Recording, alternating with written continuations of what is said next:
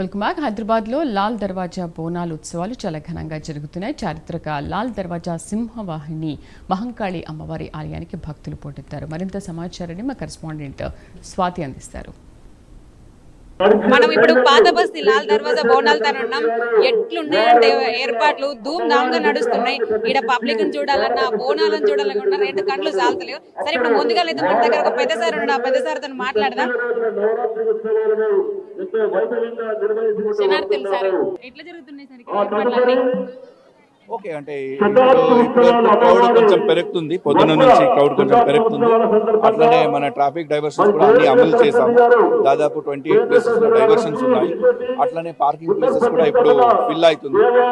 12 parking places ఉన్నాయి. ఆ parking places లో కూడా మనము మన సిబ్బందిని పెట్టాము. దాదాపు 450 ట్రాఫిక్ చూసుకోవడానికి 450 ట్రాఫిక్ పర్సన్ పెట్టడం జరిగింది. ఫస్ట్ మీ హైట్ చూస్తేనే భయం అవుతుంది సార్ నాకైతే. మనలు ఎంతమంది వచ్చారు సార్? మనలు ఎంతమంది ఉన్నారు సార్?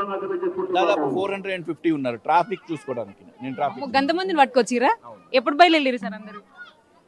నిన్ననే వచ్చారు. నిన్న మొత్తము 4-5 అవర్స్ అన్ని పాయింట్స్ చూసుకోండి. ఈ రోజు పొద్దున 5 o'clock అందరూ వచ్చారు.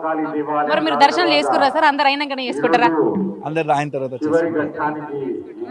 మన వీళ్ళందరినీ చూస్తుంటే మీకు ఎట్లా అనిపిస్తుంది? ఫస్ట్ ఆఫ్ ఆల్ ఈ ట్రాఫిక్ రూల్స్ ఇవన్నీ తర్వాత మాట్లాడుకుందాం. ఇంతమంది జనాలు, ఇంతమంది భక్తులు, అమ్మవారు ఇవన్నీ చూస్తుంటే మీకేమనిపిస్తుంది సార్? డెఫినెట్లీ బోనాలు అన్నది ఒక చాలా పెద్ద పండుగ. సో దాదాపు హైదరాబాద్ లో అన్ని ప్లేసెస్ లో కూడా చేస్తారు.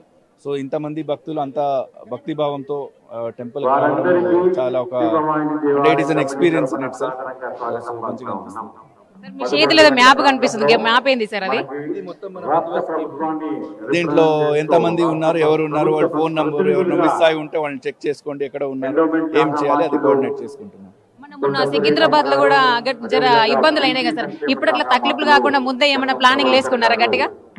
డెఫినెట్లీ. అంటే దీనికి మనం ఏమంటే పాత ఒక 4-5 years లో ఏమేమి ప్రాబ్లం వచ్చింది, ఆ ప్రాబ్లం అన్ని స్టడీ చేసి మన ప్రిపరేషన్ ఆల్మోస్ట్ 1 month ముందు నుంచి స్టార్ట్ చేస్తారు.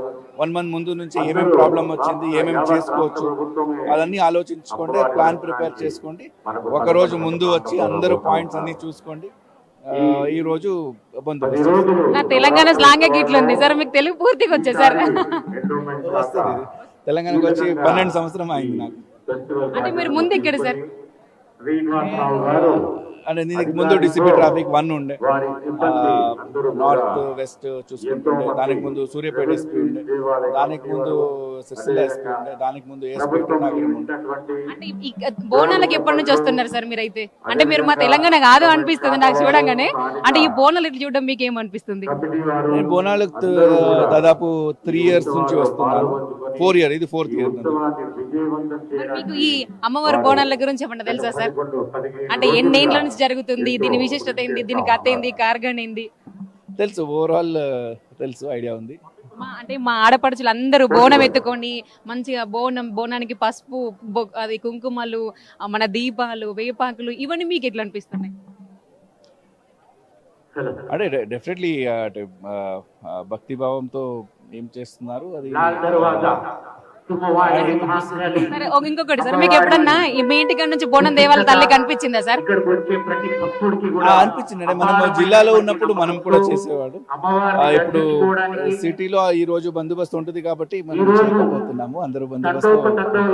మీరు అనుకుంటున్నారు కావచ్చు కదా, అందరు ట్రాఫిక్ ల గురించి అడిగితే గీత కింద గిజండి ముచ్చట్లు అన్ని అడుగుతుంది అనుకుంటున్నారా సార్? అట్లా ఏం లేదు. Thank you. కానీ అప్పటి నుంచి ముచ్చట పెడతారు, అప్పటి నుంచి అందరితో మాట్లాడతారు. మాకు కూడా గింత టైం ఇచ్చినందుకు thanks sir. Thank you sir. మళ్ళీ ఇంకా మస్తు మంది ఉన్నారు, చాలా మంది ఇట్లనే ముచ్చట్లు పెట్టుకుంటున్నాం. జర సార్ని ఇబ్బంది పెట్టినట్టే అనిపించింది. అయినా సరే ఇక తల్లి గురించి వచ్చినాం కదా, ఇబ్బంది మంచి చెడు అందరితో ముచ్చట్లు పెడదాం మనం.